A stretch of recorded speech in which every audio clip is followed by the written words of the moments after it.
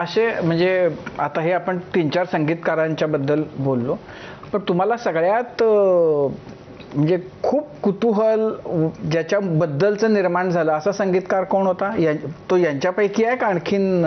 मी सुरुवात 15 संगीतकारांपासून केली, पण नंतर मी अनेक संगीतकारांचा जेव्हा अभ्यास केला तेव्हा मला लक्षात आलं की हे काम यांनी काम केलेलं इतकं मोठं आहे. आणि दुर्दैवाने अनेकांनी नौशाद साहेबांच्या बद्दल असं नकारार्थी लिहिलं होतं की तेच केलेलं आहे, मग रागावरच आधारित चाली आहेत, त्यात काय कोणी बांधेल, राग माहीत असल्यावर चाली बांधणं सोपं आहे. पण मला एकच मी करत होते नेहमी, मी कधीच पूर्वग्रह ठेवला नाही. प्रत्येक संगीतकाराचा मी नव्याने कुणाचंही आधी काही न ऐकता मी अभ्यास केला. मग तेव्हा मला त्यांची बलस्थानं कळली की नाही, असं नसतं, एवढं सोपं नाही.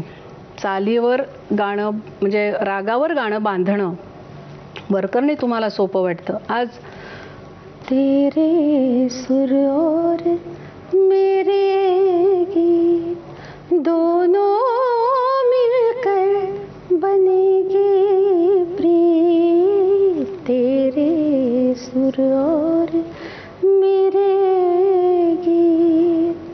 तुम्हाला काय जाणवतं यातलं? आधी माधुर्य येतं तुमच्या पुढे, त्या चालीला किती सुंदर स्वरतर्क आहे हे बघा. मी नेहमी गाण्यात तर्क शोधत आले, जिथे तो मला सापडला की ह्याला लॉजिक आहे, ह्याला एक बांधीवपणा आहे. मग वसंत देसाईंनी राग बिहाग वापरलाय, मग तुम्हाला बिहाग माहीत नसून तुम्ही त्या गाण्याचा आस्वाद घेताय की नाही, हे त्या संगीतकाराचं मोठं कर्तृत्व आहे. बिहाग माहीत असून उपयोग नाही आहे. बिहाग माहीत असणारी अनेक मंडळी आहेत, पण त्यांना तेरे सुर और मेरे गीत येतं का बांधता, हा माझा प्रश्न असतो. इतकी सुंदर ती चाल आहे. दोनों, इथे उत्कटता वाढली आहे.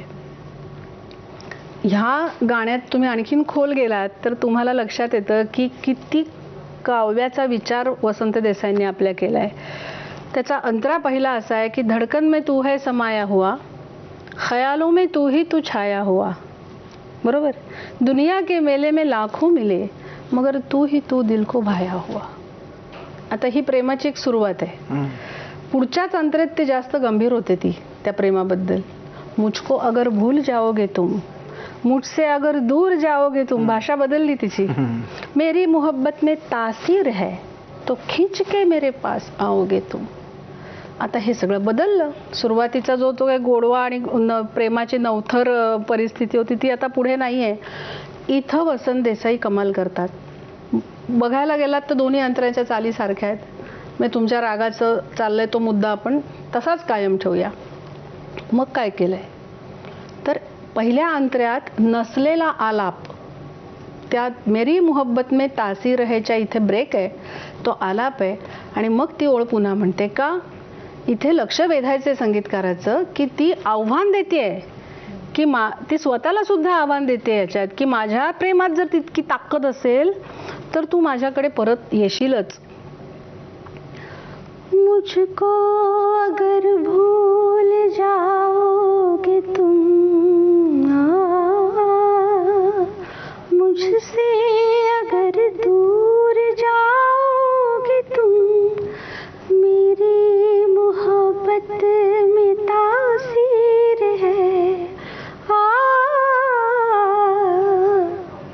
आलाप इथेच येतो फक्त का. मेरी मोहब्बत में तासीर है या शब्दाकडे तुमचं लक्ष गेलं पाहिजे. मग आलाप त्यांना टाकायचं असं तरी पहिल्या यंत्रेत टाकला असता. पण छाप नाही काढायचा इथे की पहिला अंतरा ज्याला आपण कॉपी पेस्ट म्हणतो ते काम नाही इथे चालत. फार बारीक विचार केलाय. पण तुम्ही अशी म्हणजे तुम्ही खूप वेगवेगळे कार्यक्रम करता, लताबाईंना घेऊन करता, संगीत